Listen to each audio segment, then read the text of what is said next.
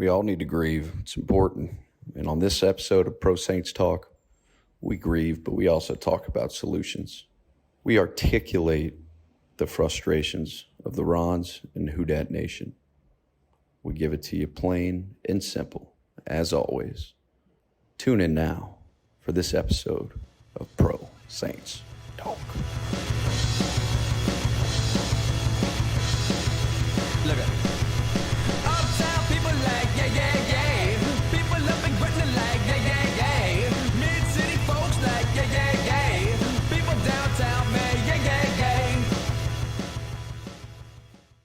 Where you at, Who Dats? Welcome to this edition of Pro Saints Talk, which will be fiery, emotional, heavy. After a brutal Monday night loss last night, you could just see it coming a mile away. Unavoidable as Jay's takes today as well. But George, we'll kick it with you first. How we living, man? Less than ideal, Ron. Less than ideal. From a Saints perspective, that's an all-timer right there. I don't know what caused me to think that we are going to put this season together, and make a run for it. 3.5 quarters, we did exactly that. And then, Ron, like you just said, this podcast is going to be fiery. And then, well, we'll get into all the negatives here in a second. First, we got to introduce our main man, Jay. Jay, how you doing, bro? I'm good. I'm at an open house right now, drinking some champagne. I got a lot to say today. Ron, listening to these other podcasts, listening to other opinions, I can just tell you here, we might not do it every week. We might not be as popular as some of the other ones, but we've been telling you guys for a long time the reality. We've been giving it to you for a long time. So this is the one to tune into. We got the real information for you. Ron, I don't want to hear this stuff about, this is the coaching, this is the players, this, that, blame this, blame here. No. If players don't execute continuously week after week, if you're making the same mistakes week after week, there's a thin margin in the NFL, especially, of winning and losing. And these guys are not being held accountable. And that's why you're losing games. You can point to something in every single game, if not a single thing, multiple things that cause you to lose. And that's the most frustrating part about this, is it's not a shitty bunch of players. They're good players, but they make shitty mistakes week in, week out. And that's when your coaching comes in, and we don't have it.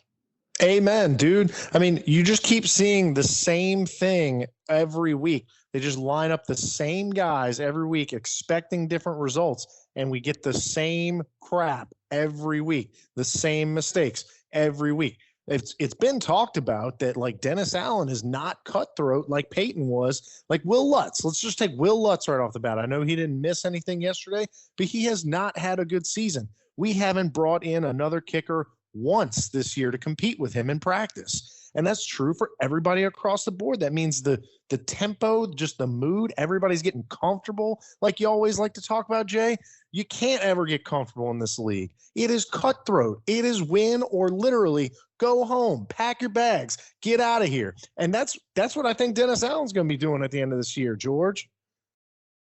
He better, man. This reminds, like Jay said, if you follow a bad football team, like in high school or college, like if you followed Tulane during the Toledo or CJ days, this is the type of shit that they would do. Like the 12 men in the huddle to put the game away on that 3rd and goal versus the Buccaneers last night, to go into the huddle in 12 men and then kick another field goal and just leave that door open for Tom Brady to pull off a Tom Brady miracle. There's so many plays you can look to. Of course, the Mark Ingram play, the Taysom Hill drop, but it's bigger than that.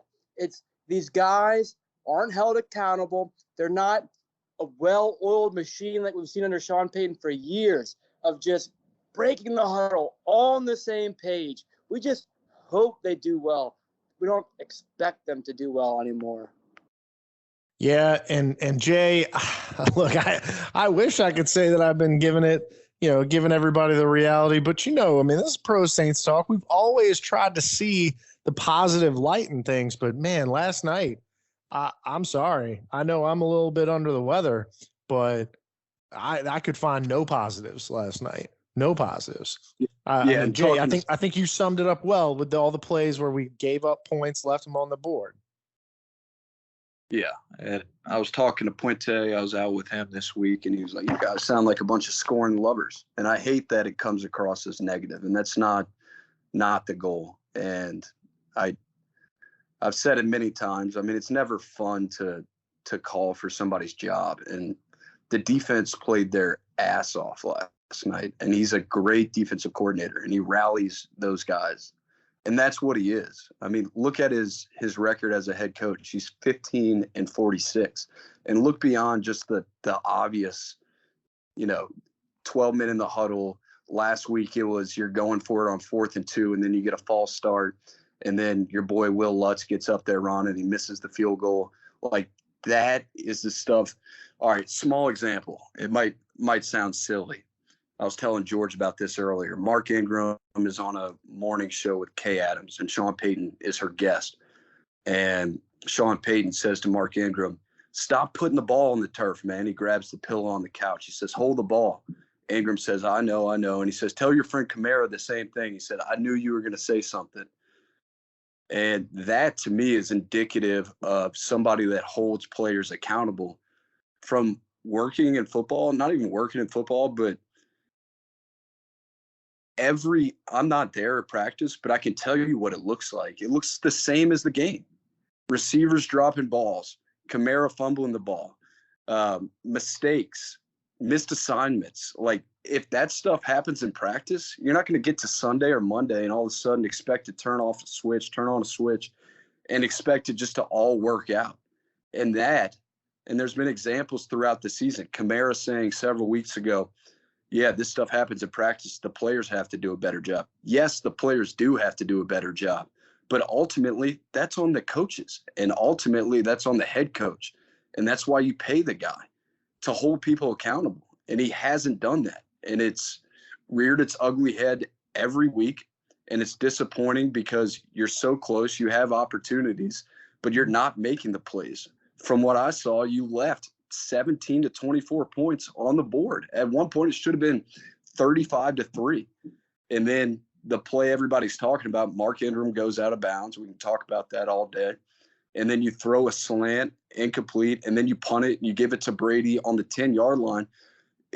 His own 10-yard line. If you were watching several weeks ago, he did the same thing to the Rams, right, where he's playing like shit all game and then he comes back. He can play well in moments at 45 years old. And he did that again. So I go into, right, they cut it to 6. Dennis Allen, you give it to him at the 40-yard line. And then you got 3 timeouts. You don't call any timeouts knowing that he's got 2.5 minutes to go down the field and score, to maybe try to conserve 30 seconds to get a couple of passes and hit a field goal at the end of the game. I don't think they even used their last timeout. They didn't challenge the play where Alontae Taylor looked like he knocked it out. I know that's supposed to come from the booth, but at least give him longer to look at it. I mean, it's just example on why this guy's not cut out to be a head coach. And I don't want to go through the formality of letting them have another year because it's the right thing to do. Give them 2 years. No, there's been so many examples, game after game. And listening to Ralph Malbrough yesterday, who I have a lot of respect for, it's like, let's see how the last 4 games play out, and let's see how they are now that they don't have a chance. And if he loses the last 4 games, they might fire him. And he might be coming from a perspective of, what are they going to do versus actually what they should do. But I've seen enough. And if anybody that's educated enough, that knows the game well enough, hopefully there's somebody that Gail trusts enough in her ear where not only coaching, but management needs to go as well and just start anew, start fresh. Ron, the question shouldn't be if DA is allowed to coach again next year. The question should be whether or not he's allowed to finish the season. I mean, that's how bad things are. I mean, at this point, after last night, I'm open to anything because we're out. I mean, I know we're not mathematically out yet, but we're out. I think it's 0.6%. We are out. I mean, last night, was a win that could have left everything out in front of you after that loss, yeah, George, I'm all for it. Why not? I just feel like, to Jay's point, you just watch this dude make decision after decision after decision that losers make. Losers make these kinds of decisions. He has this superpower of how to not win a football game. I mean, I saw a stat today that on like 4th and 1 and 2 and like the, all the analytics decisions that say, hey, you should go for it here. You have a higher chance of winning if you go for it. The Saints have gone for it 0 freaking times this year in situations like that. Everyone else in the league is like double digits and up. We've gone for it 0 times this year when we should have. The dude, I don't know what he's coaching off of then. If he's just going off of his gut or his lack of nuts. Like, the dude he is so conservative that he plays to lose out there. And so, yeah, there's so many times, George, how many times have we said, we're 4-8, just go for it. Like, what do we have to lose? This dude's acting like he doesn't have his job to lose. He's not feeling it. And maybe it's a lack of management, not holding him accountable. I don't know. No, it starts with him. He needs to hold the players accountable, and then he can maybe keep his job. But that ship is sailed. But Ron, think about where the team goes this season, because we have a bye right now, upcoming week, and then they all come back. I mean, what are they playing for? What does he tell the team after this bye week? This is the worst taste you can have over a 2-week period to then come back. There's no Ian Book. There's no young guy to kick the tires on.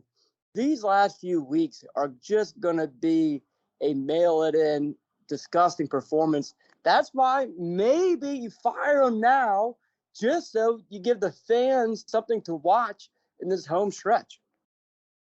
Yeah, I know he is not nearly as articulate as Sean Payton ever was, and he's never going to be that. The guy is just a scoop of vanilla ice cream up there. But his press conferences he shows you that he does not get it. He doesn't know how to coach with an edge to win a game. When they're asking him, like, hey, what'd you think about all these, what'd you think about that one? He goes like, well, anytime you're playing Tom Brady, you got to take every chance to put him away. We didn't take any chances to put him away. And when they're asking him, hey, they asked him that, George. They asked him last night, what do you tell the players after something like this going into the bye week? It sucks. It stings. It stings. Yeah. That's all he's got for you, because he knows he's hopeless. He's hopeless. Dude, last night it was it for me. I'm ready to rip the Band-Aid off. George, I'm surprised that we don't see something here before the end of the day today, honestly. If Gale was very serious about the outlook of this franchise right now, I mean, we are swirling down the toilet bowl. Well, Jay, am I being Jay, you know what it is, Jay? That we're such a basketball city that football gets overlooked, and Gail puts all of her eggs, and she always has, into the Pelicans. So that's why DA gets a longer leash than he should, right? Yeah, exactly. I mean, we're a basketball town. Jose. No, I think if there's anything that you could take from the basketball football thing, it's that Stan Van Gundy was fired after one really bad year. So, I mean, I feel bad for piling on the guy, but I think, as we've all noted here, it's as clear as day, and just don't want to go forward under the mirage of it will get better, because we've been in game after game. Ron, how many games can you point to where it was just over before it started and we didn't have a chance? Like, I feel like all the games but 2, like we had so many opportunities to win it. And that was the attitude of the front office and the organization going into this year, was that all in on this year, right? You're trading first round draft picks for players and signing guys in order to give it one last push, even in these post-Breeze days. And the frustration is that you can't execute, and you're making boneheaded mistakes that prevent you from from winning a game. And what I would look for in a head coach going forward is hyper situational awareness, just on when to use a timeout, when to challenge, and somebody that's a leader, right? Somebody that holds players accountable every day. I'm not necessarily looking for a hard ass Bill Belichick, Bill Parcells, Sean Payton, but a guy that holds players accountable and that has standards and expectations. And I don't necessarily care if it's a defensive coordinator, offensive coordinator, where he comes from. This job isn't necessarily, if it comes open, going to be the most coveted job considering the situation with not having a quarterback, some aging players on the roster, but somebody that is just a fit and is looking for the challenge, similar to what Sean Payton was when he came here in 2006. Yeah, Jay, excellent standards, unrelenting standards. Like, I don't understand how this guy can get the defense motivated week after week like this, have them playing their butts off like we've been talking about, but just can't translate any of that across to the other side of the ball. I mean, the run blocking last night was atrocious, and like that's just all effort. I know they got Vita Vea, I know they got Levante David and Devin White. Like, I think it's lack of motivation. I think Kamara looked like he was just playing the most uninspired football of the season last night. And combine that with the conservatism from Carmichael. Dude, Carmichael, he's another just I can't figure this one out, George. The guy spends 15 seasons coaching with Sean Payton, and the only thing that I can deduce is his conservatism was the balance to Sean Payton's full run, go, go, go, and somehow it yielded a top 5 offense every year. But when you take Sean Payton away, you just get old conservative Pete Carmichael, and when you combine that with freaking prevent D Dennis Allen, it's a loser, dude. It's a loser. Do you blame Carmichael more or Allen for the offense and the decision making? Both, man. It all comes down to sloppiness, lack of execution. And Carmichael clearly was just a little shadow puppet. He was just there to hold Sean Payton's clipboard.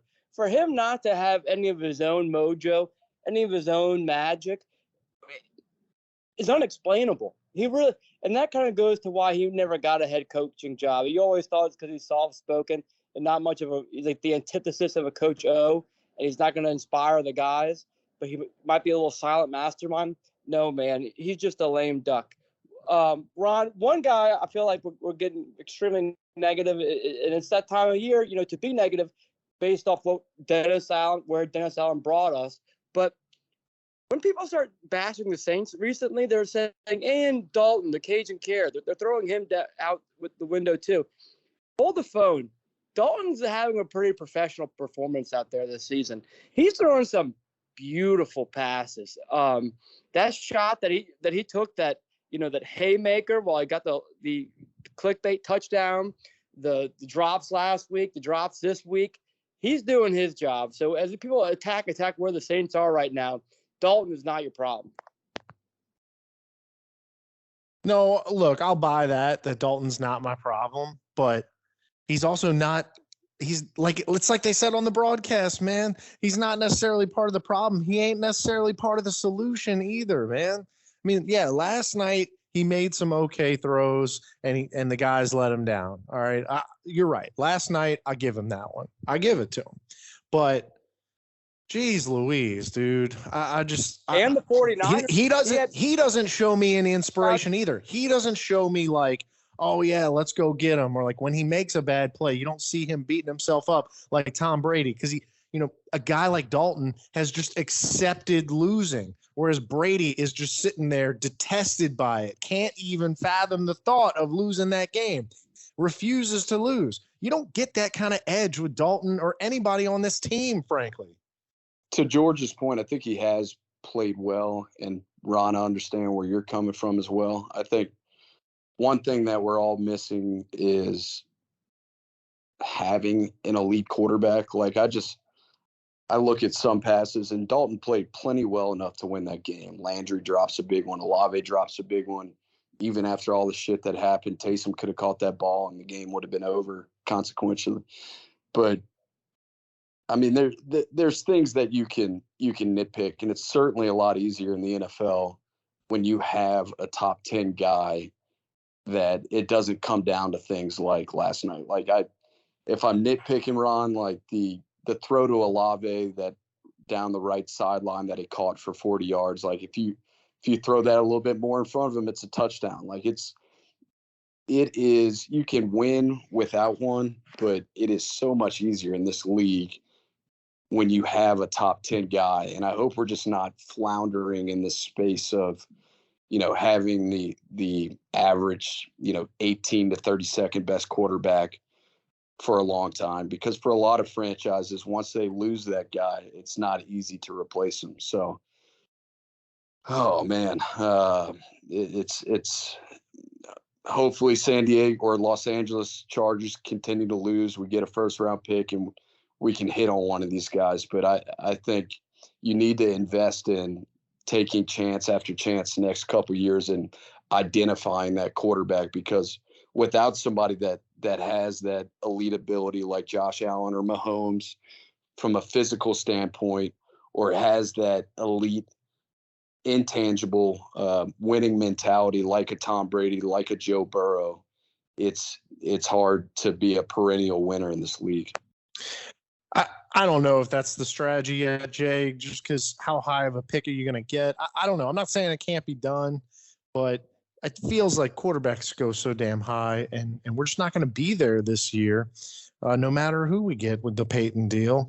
So I don't know. To me, I'm almost like, we highlighted it's an aging roster. Do you somehow try to find a free agent out there that can come in and just get you to the playoffs and make some magic happen?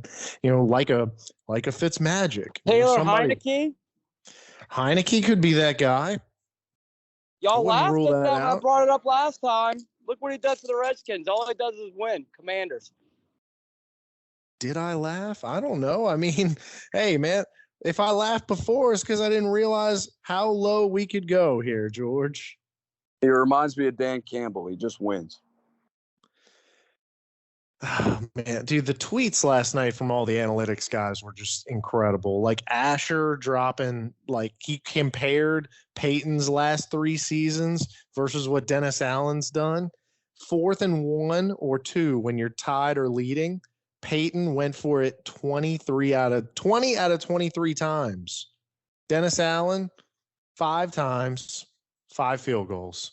I mean, just it's loser football. It's loser football. And he just doesn't get it because he was asked about some of the decision making on offense, and he just goes, "Oh no. I think Pete and them are doing fine. They just gotta," and he just blamed the players, Jay. He just said, "Oh, well, they gotta execute better." And he's not wrong, but he's got to own his coaching staff. It goes back to the accountability. Jay had the point before the podcast that Dennis Allen's defensive coach, defensive minded, and that's where he gets his conservatism from. And punting the ball to him is not like this big loss because it gives the defense the opportunity to perform and shine. And that's just the antithesis of what we're accustomed to. But I think that's just where he's coming from, that he's so defensive minded that punting isn't the end of the world. Whereas to Sean Payton, he detested punting. He looked at that as a failure and a loss. So that's me. To me, that's a guy that just doesn't see the big picture then, because he should know that I'm pretty sure last night Gillikin pinned his first punt of the season inside the 10. Like, I don't think I'm pretty positive he had not pinned one inside the 10 until last night. So you're telling me that, like, you've got the confidence that you're truly going to pin them back? Like, that's crap to me, that we punted 3 times inside the 45 and you don't have that awareness to know that it ain't been Gillikin's Island this year. It has not been that. And, oh, by the way, it's Tom freaking Brady, man. Like, keep giving that dude shots and it's going to happen. It's like you're just playing the wrong laws of averages. George, where do we go? We go to the Super Bowl next year. I think, and this will be fun for podcasts to come. You just look at the roster and you circle the keepers, and if you're really going to start a new chapter, there's going to be some, tough decisions, some tough conversations. I don't think anyone is safe. Cam Jordan is the leader of all leaders for this team for well over a decade. Alvin Kamara is a shell of himself, horrible body language for a lot of chunks of the season. Mike Thomas, you already know, it's not even open that can of worms, but, there's a lot of faces that are fan favorites that if we're going to usher in this new era, it's going to go beyond potentially the general manager, definitely the head coach, but some of these household favorites. It's just it's depressing to me to look at that roster, George, look at all the talent on them and see that they accomplished next to nothing. I mean, just that part's really depressing to me. All right. We talked about you didn't care if it was a defensive or an offensive coach going forward, Jay. I don't know, man. When y'all were talking about that last night, first thought I had was, when's the last defensive coach that won the Super Bowl that didn't have Tom Brady as his quarterback? I mean, you got to go back pretty far. It feels like if you want to keep up with the trends in the NFL today, you got to get these young hotshots that understand the analytics. Like I talked about, know the situations where it is appropriate and it's winning football to play the odds and go for it, play aggressive, put your foot on teams' throats and make it difficult for them. So I don't know. To me, I'd like to see a young offensive guy, and it would kill two birds with one stone. You'd replace Pete Carmichael as well. So that's what I think going forward. But you're right, George. That's conversations for the future. For today, we just sit here and wallow in one of the worst losses I've ever watched. And like I said, it was that light at the end of the tunnel coming down the whole way. You knew it was a train. Ron, what are some other losses that compare? Not playoff. Don't bring up all the Minneapolis Miracle or the. I was going there. Yeah, let's not go there. I'm talking regular season. What were some of the most heartbreaking ones? Because this one's up there. I feel like was it last year? Was it last year the Cordero Patterson PI call? Oh, that's nowhere near as bad as this one. I'm just talking about games that you blew late. Giants last year blew that 11-point lead. Yeah, that's a good one. Yeah, I mean, so there's some good leads that we've blown before, but the River City luckily Relay they've been few and far between. River City Relay, George, that one doesn't come. No, that one doesn't come close because that was only to tie it, and we had no business winning that game. It stung though. This one stung. This one was one that just hurts. It makes you angry the next day. That's how this game stung. Yeah, see, I don't know that it stung so much as it burned. I mean, I was on, my blood pressure was through the roof. I was so pissed at ourselves. It's like all those other games, I feel like you blame refs, you could blame it was so self-inflicted. And Ron, you had a great point earlier. You said, look at the talent on this team. Thomas, Lattimore, Cam, Ramrod, Demario Davis, Adebo, Taylor, et cetera, et cetera. When you look at this talent and the lack of production, that points to bad coaching. When you see a great team with not so great individual players, but a great team, that points to great coaching. We don't have that right now, and we need to get that resolved ASAP. Long story short, we're going to hammer this point. This podcast doesn't even need to be an hour long. We can wrap it up because we just have to get it out to the universe. We all do, all Rons, all Hoodats out there. We got to get rid of DA because the sooner we can, the sooner that we just move on from this, squeezed out, the Sean Payton glory days are over. And we just, the sooner that we can usher in the new era, you know what I'm trying to say. Dennis Allen. No, will usher in- Dennis Allen does not have a vision for where this team needs to go. He is No. not a forward looker. He doesn't. Not innovative. I would venture to say that like his goals that he has up for this team are the most vanilla things ever. Like, oh, we're gonna come to work every day and work hard. So like I'm done with him as a coach. He's not, like we said, leader of men. And so yeah, we'll take this up at a later date. But like George said, we had to get it out now. A little therapy for us. Hopefully it's that for y'all.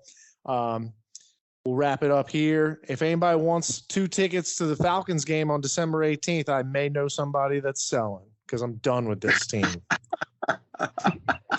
What y'all got? Oh man, keep your head up. We can't go around. Raheem's just big, man. We can't go over it. We got to something- go through it. We got to go through it. It's only going to make the better times better. So That's right, Jay. That's right, Jay. Ron's out there. Feel it, love it. Don't let it control you. Pelicans, Pistons tomorrow night, and then 2 against the Suns, leader in the Western Conference. We're about to take that shit over. So thank you guys for listening. All right. Love you Super guys. Bowl! Pro Saints Talk. We out here.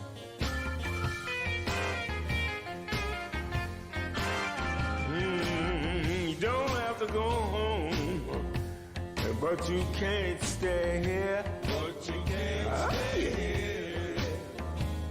You don't have to go home, but you can't stay here. But you